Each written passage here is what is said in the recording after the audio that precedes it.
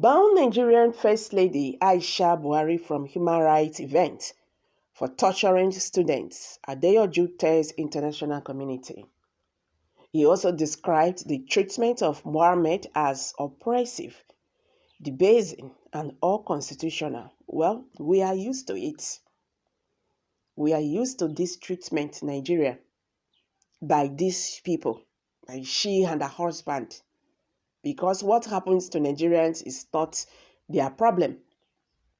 This is really very disheartening. I never expected this from the First Lady. You understand? I never expected this from him. From her, I beg your pardon. She went too far. She took laws into her hands. She is not the president. Nigerians do not elected her as the president, but the husband. If somebody says something you do not like to you, you take the person to the court, not this assault. Then let the person go to the court and explain why he said what he said. If the person is guilty, jail him or her. But taking laws into your hands because you are the First Lady is no to me. Yes, it's no to me. Things are not done that way. Now, somebody will ask, are we actually in democracy government? That is the issue. That is the issue. Because we don't even know where we stand right now. Well, let's quickly hit the news and get the full details. But before then, if you are here for the first time, kindly subscribe to this channel. And don't forget to give us a thumbs up. Thank you for always stopping by. God bless you all. The convener of Concerned Nigerians, Mr. DJ Adeyanju, has called on the international community to ban Mrs. Aisha Buhari from entry, attending, or speaking at human rights events. He said this would demonstrate their condemnation of the unlawful arrest and torture of a student by security agencies on others. Sahara reporters earlier reported that Mohammed, a final year student in the Department of Environmental Management and Toxicology, I beg your pardon, in June 2022 posted on Twitter that Mrs. Buhari had suddenly added weight after taking part in plundering the nation's major resources on the masses, endured hardship under her husband's regime. The wife of the president is known for taking frivolous trips to Dubai. The tweet, which was posted in Hausa, reads, "Mama has eaten poor people's money and is now full."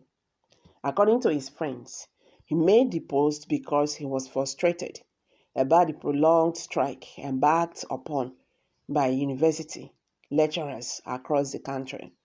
On November 8th, the 23-year-old student was picked up by security operatives on campus and was reportedly beaten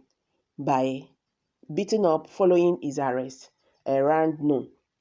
A statement issued by Adeyanju on Wednesday partly reads, "Aisha Buhari is feeding fat on our money.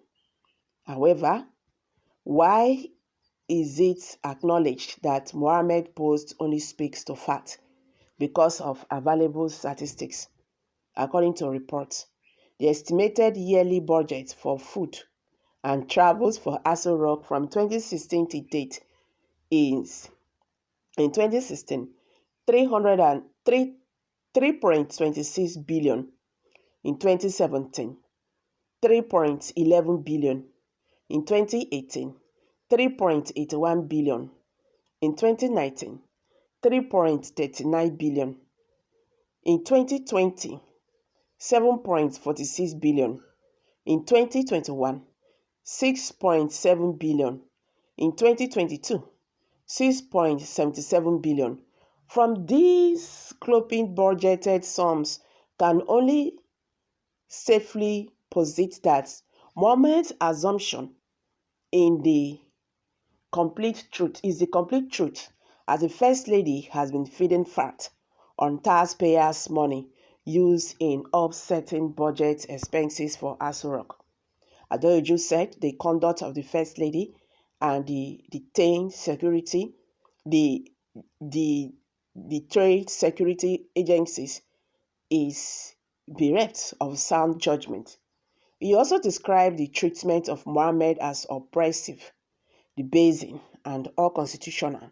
He said, first off, for each arrest and torture of the student to have been triggered through the First Lady is demeaning to the office of the President and does not portray the entire country in a good light to the entire world in terms of respect for citizens' fundamental freedoms protected under the country's constitution. In the world over, it has been accepted that torture constitutes a serious matter of concern that threatening the life and dignity of human persons. The accounts for the emergence of the Convention Against Torture in 1984, among other human rights instruments, Adeyanju further said, it is noted with concern that in a country with judiciary processes, the First Lady resorted to self-help and could not utilize the instrumentality of the law to seek redress if she feels defamed by Mohammed's post, other than using state apparatus, law enforcement agencies to victimize citizens. This is, to say the least, unlawful and unconstitutional as it portrays the country is undemocratic in undemocratic light. Besides, no one is above the law.